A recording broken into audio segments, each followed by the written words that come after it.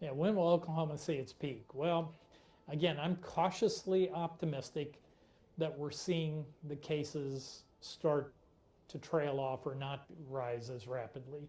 And I have maybe three different pieces of data that make me feel that way.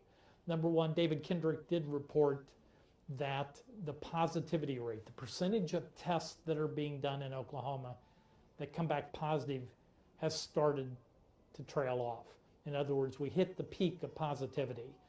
We're very early, but that's often a early sign that you're getting past a peak, is when the percentage of people testing who test positive starts coming down.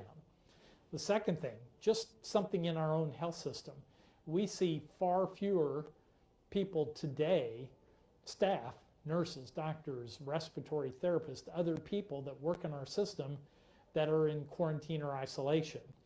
We hit nearly 250 people, and that's come down substantially over the last week or so. So that tells me we're not continuing to see as much community spread, and we're able to keep a bigger portion of our workforce here. And then, of course, the case numbers themselves. The 7-day rolling average has come down a little bit, and the trend line is not as steep as it was. The 3-day rolling average, just the last 3 days, when you look at it over the past 2 weeks, is almost flat now. So again, all are encouraging trends that maybe we're starting to see the end of this surge. And remember, New York, New Jersey, those East Coast states hit their peak at about January 10th. And throughout this pandemic, I've said that we were a good 2 weeks, 10 days to 2 weeks behind the coast states. And so we're at the 26th of the month now. I think we may have started seeing cases peak.